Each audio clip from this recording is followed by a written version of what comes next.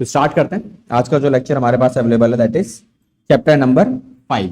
ठीक है, देखो जो टॉपिक हमारे पास अवेलेबल है चैप्टर नंबर 5, यहां से आपका प्रैक्टिकल पोर्शन स्टार्ट हो जाता है आपके 11th क्लास का। चैप्टर का नाम हमारे पास है अकाउंटिंग इक्वेशन। अब अकाउंटिंग इक्वेशन का मतलब क्या होता है? देखो इक्वेशन का मतलब क्या होता है कि कहीं ना कहीं कुछ ना कुछ एलएचएस और आरएचएस जैसा देखने को मिलेगा, जैसे मैथ्स में होता है हमारे पास, है ना। तो अकाउंटिंग इक्वेशन की अगर बात की जाए तो अकाउंटिंग इक्वेशन होती क्या है? तो देखो अकाउंटिंग इक्वेशन का मतलब होता है जितने भी मेरे एसेट्स हैं वो सारे हमेशा किसके बराबर रहेंगे? कैपिटल के बराबर रहेंगे और हमेशा लायबिलिटीज के बराबर रहेंगे। तो कैपिटल प्लस लायबिलिटीज इसे बोला जाता है क्या? Accounting equation. यही हमारी अकाउंटिंग इक्वेशन है। और आपको हर बार हर चीज में इसको मैच कराना बहुत जरूरी है कि इतने जितने भी मेरे एसेट्स हैं, मतलब जो मेरा एलएचएस है वो हमेशा बिल्कुल बराबर दिखेगा किसके? आरएचएस के। ठीक है, अगर इसकी वैल्यू आपके बुक्स ऑफ अकाउंट्स में 2 लाख रुपए की है, मतलब आपने बिजनेस में 2 लाख रुपए लगा रखे हैं टोटल एसेट्स के फॉर्म में, तो इस वाली साइड का मतलब कैपिटल और जो लायबिलिटी है उन दोनों का सम मिलाकर कितना आना चाहिए? पूरा 2 लाख रुपए। ये अकाउंटिंग इक्वेशन इंडिकेट करता है। अब पॉइंट आता है सर ये ऐसा ही क्यों होता है? मतलब एसेट जो है वो कैपिटल और लायबिलिटी के बराबर ही क्यों देखने को मिलते हैं? ऐसा क्यों होता है कि कैपिटल जो है वो एसेट्स और लायबिलिटी बराबर हो? ऐसा देखो क्यों होता है। इसके पीछे एक छोटा सा लॉजिकल रीजन अगर आप सोच के देखो, देखो ये क्या है? एसेट्स। तो एसेट्स का मतलब क्या होता है? बिजनेस में यूज की जाने वाली कोई भी प्रॉपर्टी या फिर कोई भी लीगल अधिकार, उसी को बोलते हैं एसेट्स। जो हमने जितना सीखा था हम लोगों ने, कोई भी चीज जो बिजनेस के नाम पे रजिस्टर्ड है, जो बिजनेस का है, उसे हम क्या बोलेंगे? एसेट्स। अच्छा, एसेट्स आएगा कहां से? एसेट्स आता कहां से? खरीदना पड़ेगा ना। तो खरीदा जाएगा या तो मालिक पैसा लगाएगा तो एसेट्स बनेगा। ठीक है, क्योंकि बिजनेसमैन, बिजनेस का अपना खुद के पास उसका कुछ नहीं है। ठीक है, बिजनेस क्या है? एक नाम मिल गया, रजिस्ट्रेशन करा लिया आपने जाके मार्केट में, अपने जो कानून जो हमारा लॉ है उस एज पर द लॉ हमने अपने बिजनेस को रजिस्टर करा लिया और एक लीगल आइडेंटिटी मिल गई हमारे को, ये हमारे बिजनेस का XYZ नाम है। ठीक है, तो उस नाम की वजह से बिजनेस स्टार्ट हुआ, लेकिन जो उसमें सामान लगेगा उसे हम क्या बोलते हैं? एसेट्स। और एसेट्स आएगा कहां से? जो ऑनर है वो घर से लगाएगा, या तो आप क्या करोगे? या तो आप कर्जे पे सामान लेके आओगे, यही पॉसिबिलिटी बन सकती है ना कि आपने कर्जे पे सामान ले लिया। तो इन दोनों के कॉम्बिनेशन को मिलाकर ही आपका क्या क्रिएट हो सकता है? एसेट्स। और कोई तरीका एसेट्स को क्रिएट करने का नहीं। ठीक है, आप वो पॉइंट है सर हम खरीदते भी तो हैं, तो खरीदने के लिए जो पैसा लाओगे वो पैसा किसका है? वो भी ओनर का ही तो है। तो कैपिटल पहले एसेट्स बनेगा, फिर उसके बाद उसी पैसे से आप सामान खरीद रहे हो, तब जाके एसेट्स क्रिएट हो रहा है। तो पैसा तो अल्टीमेटली या तो मालिक का लगेगा या तो आप कर्जे पे लेके आओगे, और कोई ऑप्शन नहीं है तुम्हारे पास। तो दैट्स द रीजन कि एसेट्स हमेशा किसके बराबर होते हैं? कैपिटल प्लस लायबिलिटीज के बराबर देखने को मिलेंगे। क्लियर? तो ये अकाउंटिंग इक्वेशन आपको हमेशा मैच करा के चलनी है। ये आपका इस पूरे चैप्टर के अंदर पहला पॉइंट यही है। ठीक है, अब पॉइंट आता है इसमें, इस चैप्टर में सर करना क्या है मुझे? इस चैप्टर में हमें अकाउंटिंग इक्वेशंस को फ्रेम करना है, मतलब तरीका बताना है, हर एक ट्रांजेक्शन को रिकॉर्ड करना है। तो देखो ट्रीटमेंट ऑफ ट्रांजेक्शंस, आपको ना बहुत सारी ट्रांजेक्शंस देखने को मिलेंगी। ट्रीटमेंट ऑफ ट्रांजेक्शंस, ट्रांजेक्शंस बोलूं या फिर मैं इसे बोलता हूं एक तरीके से फाइनेंशियल ट्रांजेक्शंस। मैंने एक चीज सिखाई थी आपको कि बिजनेस में हम किसको रिकॉर्ड करते हैं? केवल और केवल उन्हीं ट्रांजेक्शंस को रिकॉर्ड किया जाता है जो पैसे के बराबर हैं या पैसे के अंदर अवेलेबल है, मतलब कुछ ना कुछ पैसा तो अवेलेबल होना चाहिए। तो हमें उन्हीं का ट्रीटमेंट सीखना है कि कैसे कैसे उनका ट्रीटमेंट किया जाता है। ठीक है, तो हम इनिशियल लेवल से स्टार्टिंग करेंगे, बिल्कुल स्क्रैच से। तो पहली ट्रांजैक्शन किसी भी बिजनेस में क्या हो सकती है और क्या होती है? तो फर्स्ट ट्रांजैक्शन हमेशा हर बिजनेस में होती है स्टार्टेड बिजनेस विद कैश। कि आपने बिजनेस स्टार्ट किया और क्या लगाया? पैसा लगाया। पैसा मान लो आपने कितना लगाया? 5 लाख रुपए लगाए। ठीक है, आपने कितने लगा दिए बिजनेस के अंदर? 5 लाख लगा दिए। अब मुझे बताओ इस 5 लाख को लगाने से मेरी इस इक्वेशन में कहां कहां पे इंपैक्ट नजर आएगा?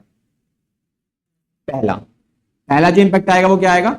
मेरा कैपिटल बढ़ेगा, क्योंकि जिसने पैसा लगाया उसको क्या बोलते हैं? ओनर बोलते हैं। तो ओनर का पैसा क्या क्या होता है? कैपिटल होता है। कैपिटल मतलब क्या बताया था? Amount invested by the owner in the business. तो ये वही तो अमाउंट है कि बिजनेस को स्टार्ट करते टाइम पैसा इन्वेस्ट किया गया है। तो कितना अमाउंट इन्वेस्ट हुआ? 5 लाख रुपए। तो 5 लाख रुपए कहां बढ़ेगा मेरा? कैपिटल में। और देखो ये पैसा बिजनेस को दे दिया गया, तो बिजनेस के हाथ में क्या आ गया? कैश आ गया। कैश कितने का आया? सेम वही 5 लाख रुपए का। तो हम इसे क्या बोलेंगे? कैपिटल। और इसे क्या बोलेंगे? एसेट्स।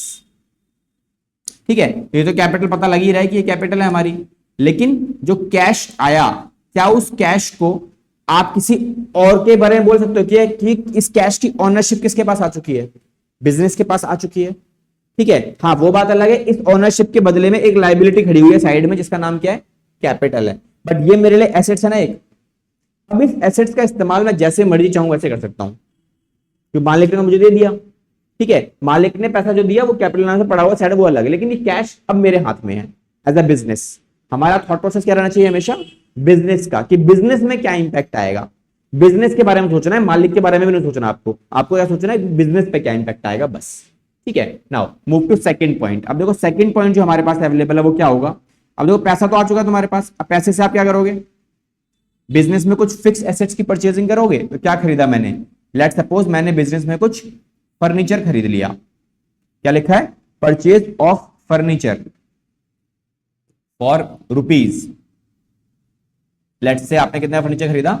1 लाख रुपए का। अब जब 1 लाख का फर्नीचर खरीदोगे तो कहां कहां पे चेंजेस आएंगे? अब आप ये मान के चलो कि आपके बिजनेस की बात हो रही है, you are the owner of a business, और आपने एक बिजनेस खड़ा किया है जिसमें आपने कितना लगा दिए? 5 लाख। तो ये 5 लाख रुपए आप ही के बिजनेस में लगे हुए हैं। ठीक है, तो इस साइड में हमारा बिजनेस चल रहा है। ये लो जी, ये दुकान खोल दी मैंने आपकी, और इस बिजनेस में खाली दुकान पड़ी है अभी। 5 लाख रुपए लेके आप हाथ में खड़े हो। अब आपको दुकान भरनी पड़ेगी ना, तो दुकान भरनी पड़ेगी तो क्या लगेगा? फर्नीचर लगेगा। तो फर्नीचर में आपने काफी सारा फर्नीचर इंस्टॉल कर दिया। मैं कोचिंग सेंटर खोल दिया मैंने एक, तो एक टेबल लगा दी मैंने, यहाँ पे बच्चों के लिए चेयर लगा दी। ठीक है, यहाँ पे मैंने सिंगल से एक सामने बोर्ड लगा दिया। ये फर्नीचर का पार्ट है तो आपका। तो फर्नीचर खरीदा। अब फर्नीचर खरीदा तो कैसे फर्नीचर खरीदूंगा मैं? तो आएगा क्या और जाएगा क्या? जब मैंने फर्नीचर खरीदा तो फर्नीचर आएगा, कितने रुपए का फर्नीचर आएगा? सेम 1 लाख रुपए का। और कितने, और जाएगा क्या? कैश। तो पैसा देना भी तो पड़ेगा, तो कितने रुपए देने पड़ेंगे?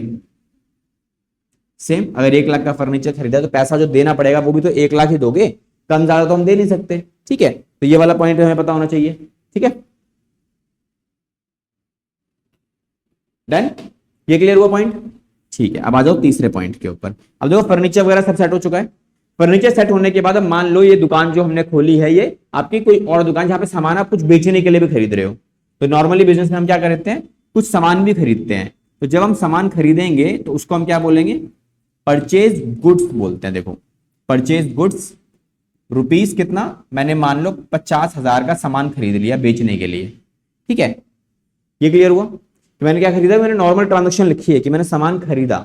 अब जब सामान खरीदने की बारी आती है तो वहां पर दो सिनेरियो मेरे सामने खड़े हो सकते हैं कि सामान खरीदा मैंने किसमें?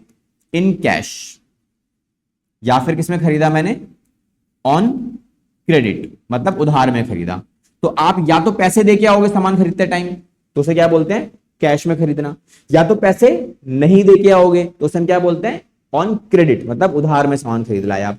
तो देखो दोनों ही सूरतों में आप पैसे दो चाहे पैसे मत दो, आप सामान तो लेके आओगे। दैट मीन्स आपका जो स्टॉक है वो तो बढ़ेगा। कितने का? सेम 50,000 का। यहां भी स्टॉक बढ़ेगा और यहां भी स्टॉक बढ़ेगा। तो दोनों ही सूरतों में आपका देखो स्टॉक तो इंक्रीज करेगा ही करेगा। आपकी दुकान में माल आ चुका है, बिजनेस के अंदर माल आ चुका है। बस दोनों में और क्या फर्क पड़ेगा इसके अलावा? अगर आपने कैश में खरीदा तो कैश देना पड़ेगा, है ना? तो कैश अगर देना पड़ेगा तो क्या इंपैक्ट आएगा? कैश माइनस होगा। कितने रुपए का? सेम वही 50,000 रुपए का। उधार में खरीदा तो एक कर्जा चढ़ेगा, तो जो कर्जा चढ़ेगा उसको हम बोलते क्या है? लाइबिलिटी। बट लाइबिलिटी में एक स्पेसिफिक नेम होता है उसका। क्या नाम है? जिन लोगों से हम उधार खरीद रहे हैं उसको एक नाम से बोला जाता है, अकाउंटिंग टर्म में सिखाते सेकंड चैप्टर में। क्या बोलते हैं? क्रेडिटर। परफेक्ट। तो क्या लिखोगे आप? लाइबिलिटी साइड पे एक कॉलम खुलेगा जिसका नाम क्या होगा? क्रेडिटर्स। और वहां पे जाके 50,000 रुपए का अमाउंट जो है मेरा, ये क्या हो जाएगा? ऐड हो जाएगा। हो गया हमारा काम। ठीक है, तो देखो ये क्या है? एक एसेट्स है और ये क्या है? एक लाइबिलिटी है। तो assets plus capital, assets is equals to capital plus liabilities. Check करो, एसेट्स बढ़ रहा है 50 का, कैपिटल 0, ये कितना बढ़ा 50, हो गया मैच। 50 इधर 50 इधर, हर एक ट्रांजेक्शन पे ये मैच करके चेक करना पड़ेगा आपको, ठीक है। अभी मैं समझा रहा हूं तब तक ये ऐसा है। जरा एक और काम करते हैं, इसको भी चेक करके देखते हैं। इसमें क्या हुआ है, फर्नीचर मैंने जो खरीद लिया वो तो मेरा हो गया एसेट्स, और जो मैंने पैसा दिया वो भी तो मेरा ही था। तो एक एसेट्स बढ़ा और एक एसेट्स कम हो गया। तो अगर मैं इक्वेशन में पुट करूं assets is equals to capital plus liabilities, तो क्या फर्क पड़ेगा, 50 कितने का था ये, 1 लाख का, 1 लाख का एसेट्स बढ़ा, 1 लाख का एसेट्स घट गया, और बाकी दोनों 0। तो नेट इफेक्ट कितना आएगा, 0 ही आएगा ना सब जगह। तो अभी भी इक्वेशन मैच कर ही रही है, हो गया हमारा काम। तो हर बार आप चीजें चेक कर सकते हो। अकाउंटिंग इक्वेशन का यही काम है कि आपको हमेशा क्या चेक करना है कि आपकी इक्वेशन बैलेंस रहनी चाहिए, दैट्स इट। क्लियर, यहां तक समझ में आया। अच्छा अब देखो, अभी तक मैंने क्या करा, आपकी दुकान खोलने के लिए पैसा लगाया आपने, 5 लाख लगाए। 5 लाख के बाद मैंने क्या किया, दुकान में फर्नीचर भरा, फर्नीचर के बाद जो माल बेचना है वो भी खरीद लिया। खरीदने के बाद अब हम क्या करेंगे, इसको बेचना शुरू करेंगे। तो जब आप माल बेचोगे तो क्या लिखोगे आप, सोल्ड गुड्स। अब सामान बेचते टाइम आपने क्या किया, सामान जो बेचा, लेट सपोज आपने सेल किया 20,000 रुपए का, ठीक है, सोल्ड गुड्स एट 20,000 रुपीज। लेकिन एक पॉइंट आता है, बिजनेस का मतलब क्या होता है कि आप प्रॉफिट में सामान बेच रहे हो, लॉस में तो बेचोगे नहीं आप। तो जो सामान मैंने बेचा वो कितने का बेचा, 20 में बेचा, लेकिन उसका कॉस्ट प्राइस कितना है, 15,000 रुपए का है। तो इसका मतलब क्या हुआ, बीच में 5,000 का प्रॉफिट दिखाई दे रहा है, हुआ 5,000 प्रॉफिट। अब सामान बेचते टाइम आपने 2 सिनेरियो मेरे पास हो सकते हैं दोबारा से। क्या क्या हो सकते हैं, कि सामान जो बेचा वो आपने किसमें बेचा, कैश में बेचा, और किसमें बेचा, आप सामान को बेच सकते हो किसमें, उधार में। दोनों ही चीजें पॉसिबल है, क्योंकि अगर आपको उधार मिल रहा है तो आपको बेचना भी तो पड़ेगा। तो बिजनेस में नॉर्मली उधार चलता है, ठीक है। तो आपने उधार में खरीदा भी है और उधार में बेचा भी है। तो खरीदा यहां पे, बेचा मैंने यहां पे है, ठीक है। और क्या ऑप्शन है, कैश में बेचा है, तो कोई दिक्कत ही नहीं है। अब देखो, दोनों ही सूरतों में, चाहे आप उधार में बेचो चाहे आप कैश में बेचो, एक चीज तो कॉमन है, क्या, आपका जो माल है वो माइनस हो जाएगा, क्योंकि कस्टमर तो सामान लेके जाएगा ही जाएगा। तो दोनों ही सूरतों में क्या होने वाला है, मेरा स्टॉक माइनस होने वाला है। अच्छा कितना माइनस करोगे आप स्टॉक, 10,000, ये 15,000 का या 20,000 का, आपका माल था कितने का, 20 का, तो पर सेल प्राइस है। कॉस्ट कितने की है, कॉस्ट 15 की है। तो आपको तो पता है ना, आपकी दुकान से माल जो गया उसका प्राइस क्या है, उसका प्राइस कितना था, 15,000 का। तो मैंने यहां क्या लिखा, 15,000 का माल चला गया, तो मेरा स्टॉक कितने रुपए का कम हुआ, केवल 15,000 का। पैसा कितना मिला, 20 मिला। तो देखो, अगर आपने कैश में सामान बेचा तो कैश मिलेगा, कितना मिलेगा, और अगर उधार में सामान बेचा तो मेरे को पैसा तो मिला नहीं, लेकिन मेरे पास एक नया एसेट्स क्रिएट हो जाएगा जो मुझे फ्यूचर में पैसे देगा। क्योंकि एक एसेट्स क्यों बोला मैंने इसे, क्योंकि जिस बंदे से मुझे पैसे लेने हैं उसके ऊपर एक लीगल राइट मेरे पास आ चुका है ना, right to receive the payment establish हो चुका है, तो पैसा मिलेगा। और जिससे मुझे पैसा लेना है उसे हम क्या बोलते हैं, डेटर्स बोलते हैं, ठीक है। तो ये भी आपका सेकंड चैप्टर में सिखाया था, तो डेटर्स का पार्ट है मेरा ये समझ में आया यहां तक, ठीक है। अब देखो बीच में फायदा हो रहा है, कितने का फायदा हुआ, 5,000 का। वो फायदा किसको दोगे आप, बिजनेस का है, ऑनर का। ऑनर ने पैसा लगाया, पैसा क्यों लगाया, ताकि आप उसे कुछ कमा के दे सको।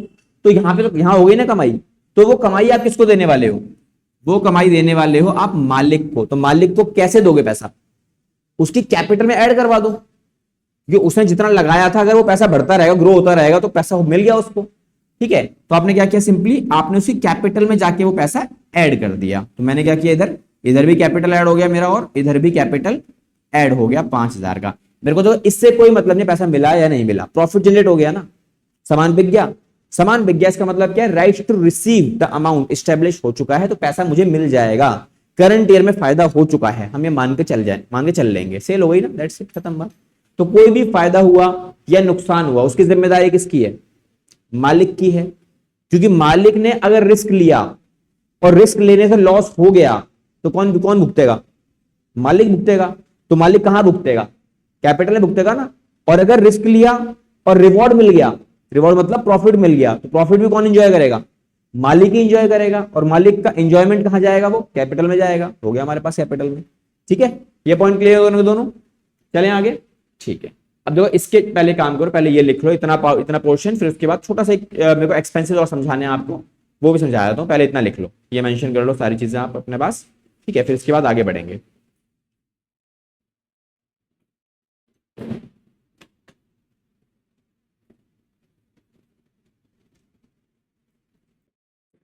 देखो ये हो गया। अब इसके बाद जो इसके आगे ही हमें कुछ टॉपिक्स को कवर करने हैं, छोटी सी लैंग्वेज लिख लो, उसके बाद ज्यादा चीज समझ में आना शुरू हो जाएंगे। ठीक है, तो लैंग्वेज में क्या लिखना है आपको, छोटा सा लाइन लिखो, all the expenses, all the expenses, income, gain, profit या फिर लॉसेस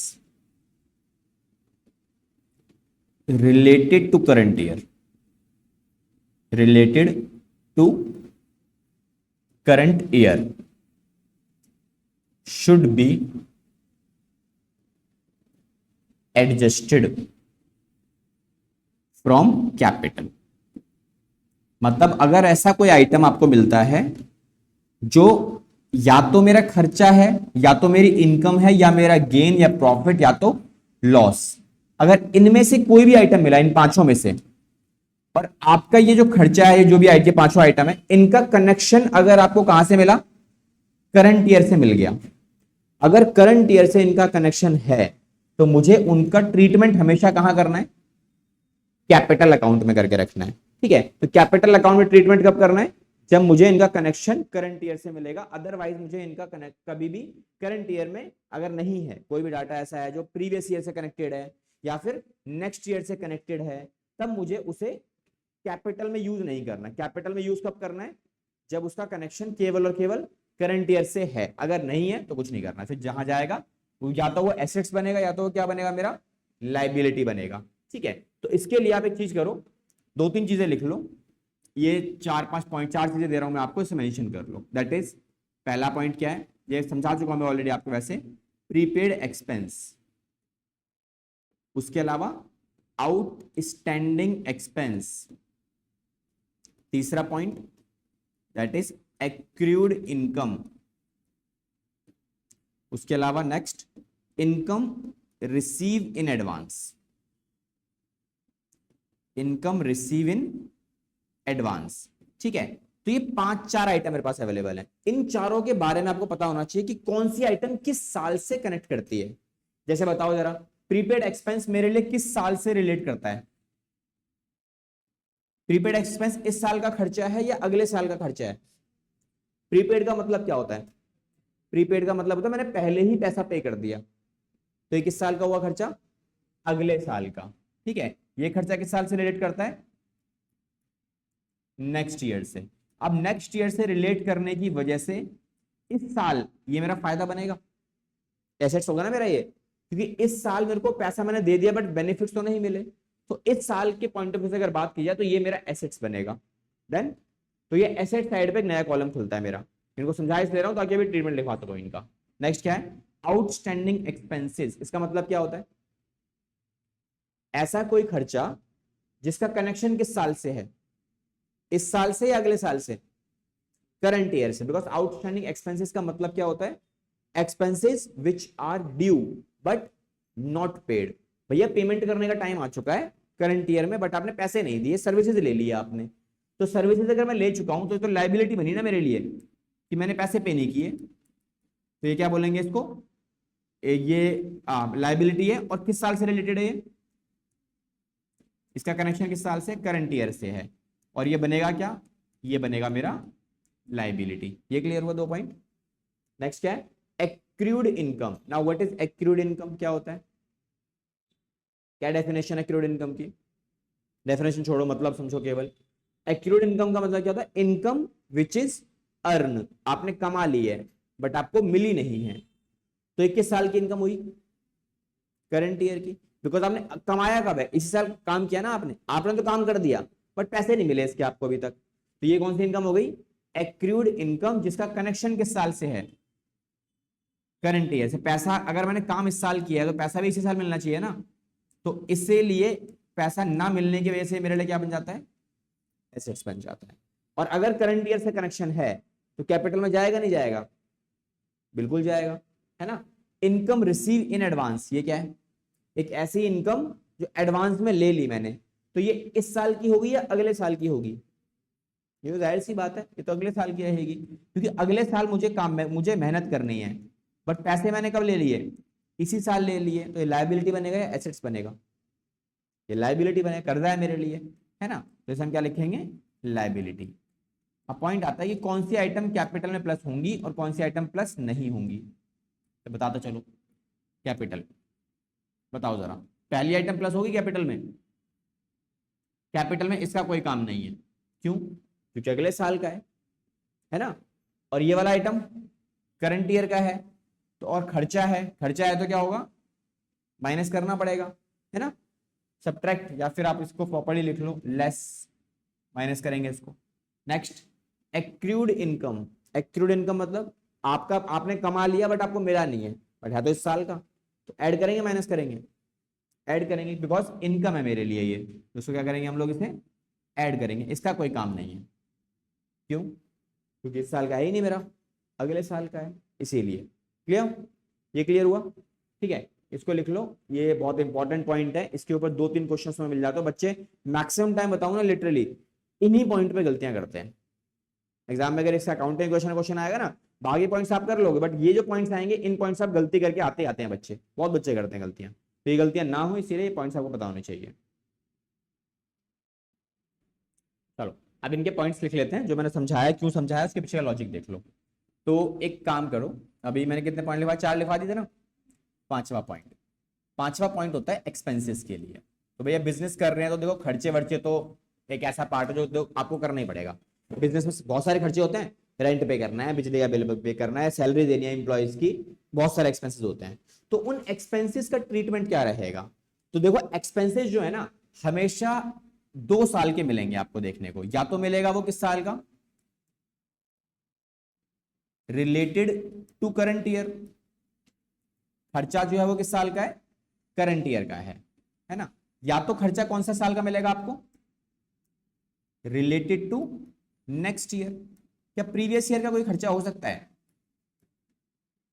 पॉसिबल है, क्या आपको प्रीवियस ईयर का खर्चा आज करना पड़ रहा है, हो सकता है ना, भाई पिछले साल की सैलरी आपको आज देनी पड़ रही है, इस साल देनी पड़ रही है, हो सकता है, बट वो खर्चा थोड़ी है, वो तो लायबिलिटी है, समझ में आया, खर्चा और लायबिलिटी में समझ में आया, क्लियर क्या है, खर्चा मतलब जो आज किया आपने, कब के लिए, या तो करंट ईयर के लिए खर्चा किया आपने, या तो किस साल किस ईयर के लिए किया, फ्यूचर के लिए खर्चा किया, प्रीवियस ईयर के लिए भी खर्चा किया जा सकता है, लेकिन वो खर्चा नहीं है, वो कर्जा है मेरा में।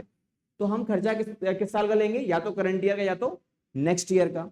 अब इन दोनों में भी 2 सिनेरियो मिलते हैं, इस वाले में खासकर, इस वाले में 2 सिनेरियो मिलेंगे कि करंट ईयर का जो खर्चा है, कि मैंने, एक सिनेरियो क्या मिलेगा कि मैंने पे कर दिया, और एक क्या होगा, नॉट पेड।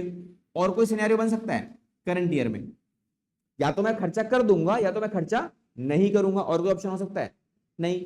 फ्यूचर में कौन सा ऑप्शन अवेलेबल है, क्या ना करने का ऑप्शन अवेलेबल है, यहां पे तो एक ही ऑप्शन अवेलेबल है, दैट इज पेड, और वो भी पेड कौन सा वाला, पेड इन एडवांस, कि फ्यूचर के लिए अगर मैं आज खर्चा कर रहा हूं तो वो एडवांस ही माना जाएगा, ये समझ में आया, ठीक है, कि फ्यूचर का खर्चा हमेशा एडवांस ही होगा, क्योंकि आज तो ये खर्चा एग्जिस्ट ही नहीं करता, मैं फ्यूचर के लिए खर्चा कर रहा हूं, like insurance policy, insurance policy हम कब के लिए लेते हैं, फ्यूचर के लिए लेते हैं ना, आज का खर्चा थोड़ी है वो, हम बस प्लानिंग कर रखी है हम लोगों ने। और आज के खर्चे में 2 सिनेरियो बनेंगे, या तो मैं पे कर दूंगा या तो पे नहीं करूंगा।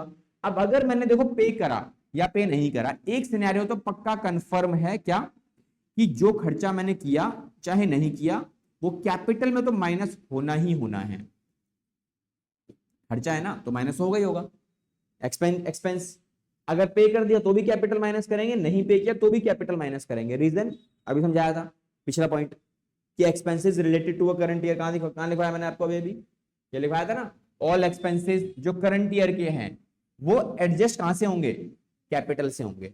मुझे चेक नहीं करना कि मैंने पे किया नहीं किया, पे कर दिया तो भी रिकॉर्ड करो, नहीं पे किया तो भी रिकॉर्ड करो, कैपिटल में तो प्लस माइनस तो करना ही पड़ेगा, एक्सपेंस है इसीलिए माइनस किया।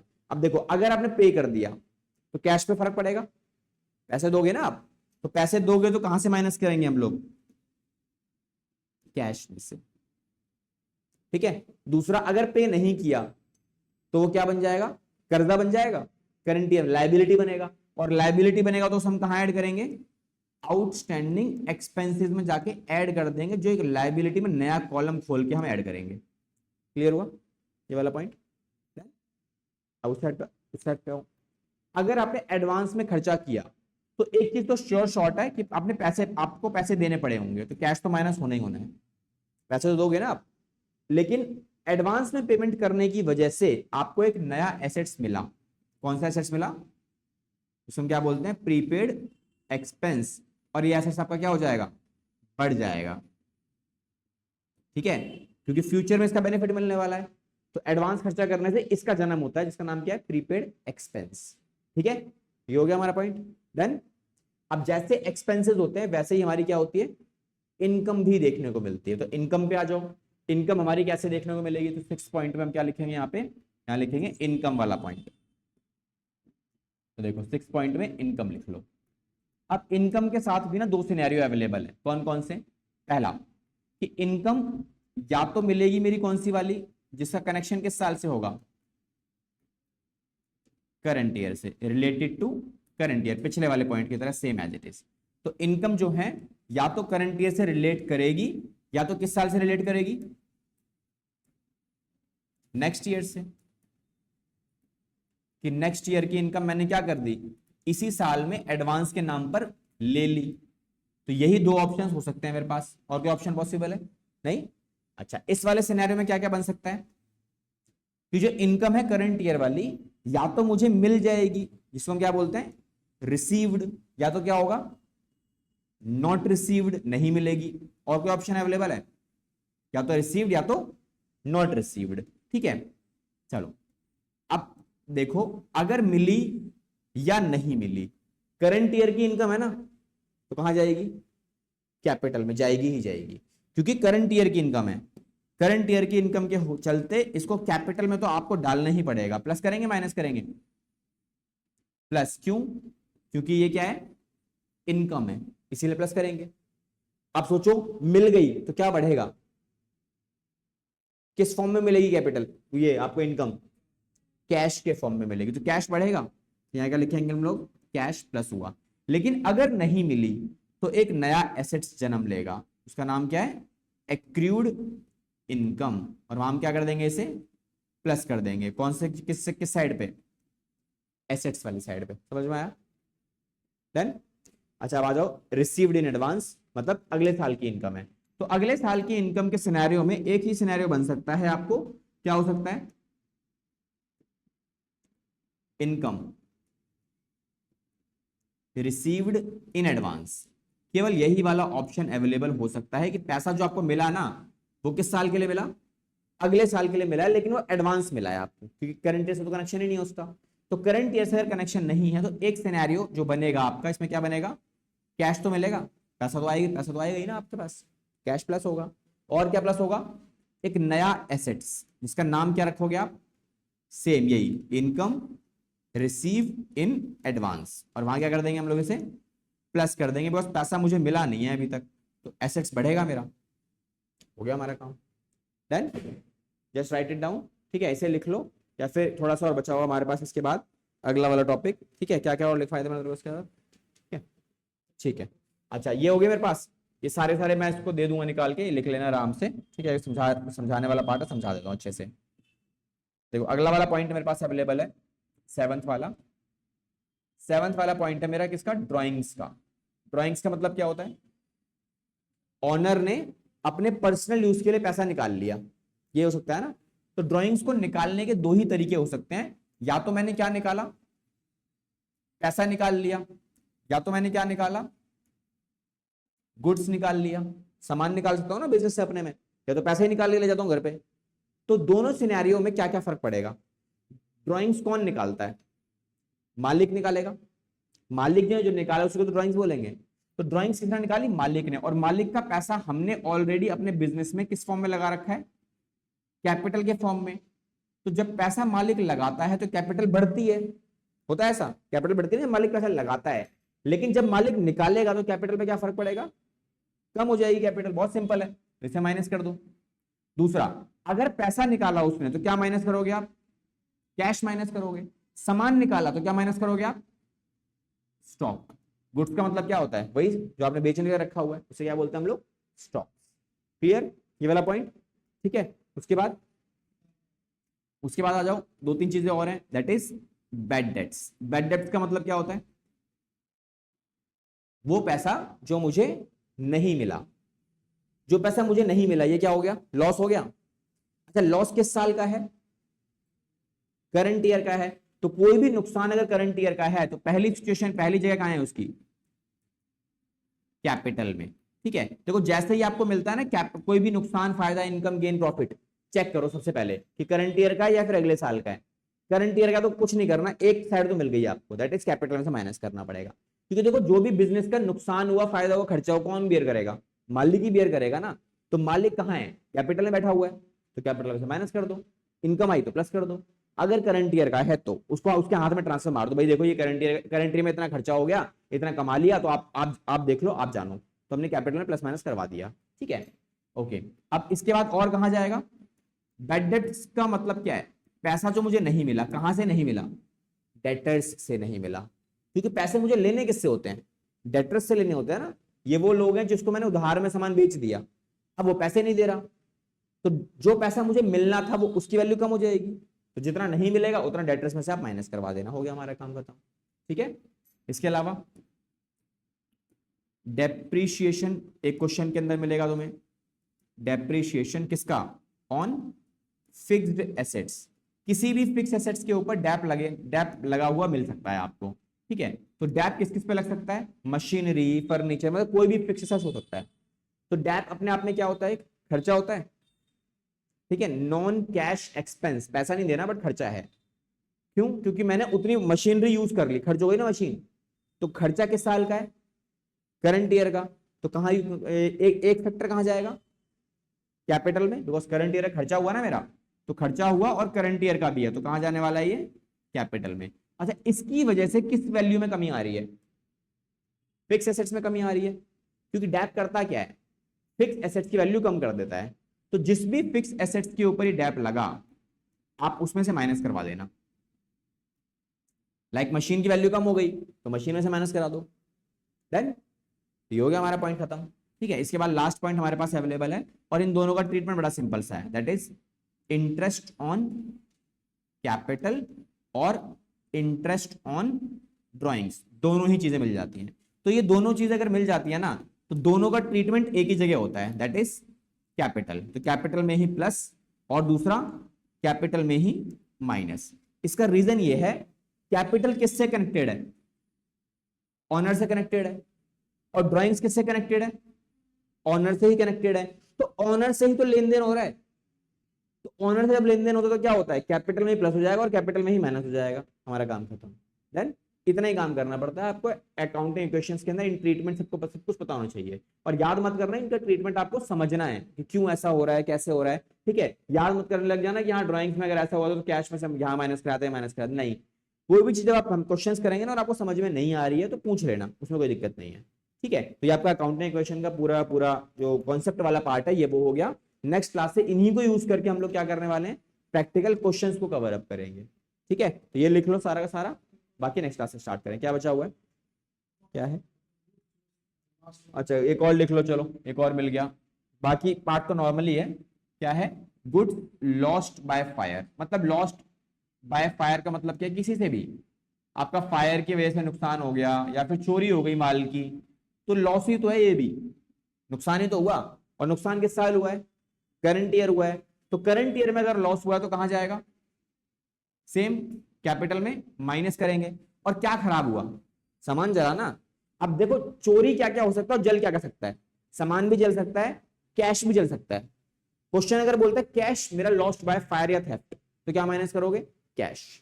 और क्वेश्चन बोलता है गुड्स लॉस्ट बाय फायर और थेफ्ट, तो क्या माइनस करोगे आप, स्टॉक। स्टॉक गुड्स का मतलब क्या हुआ, स्टॉक, तो वहां से माइनस करवा देना, बात एक ही है, ठीक है। तो लॉजिकल सोचोगे आंसर में आपको आराम से मिलेगा। ठीक है, थोड़ा सा ध्यान लगाओगे चीजें हो जाएंगी आराम से। क्लियर? चलो जी, ये टॉपिक हमारा खत्म, कॉन्सेप्ट वाला पार्ट। इसके प्रैक्टिकल क्वेश्चंस हम लोग नेक्स्ट क्लास से स्टार्ट करेंगे, जहां पे इन्हीं को यूज करके कैसे सॉल्यूशन प्रेजेंट करना है वो देखेंगे। ठीक है,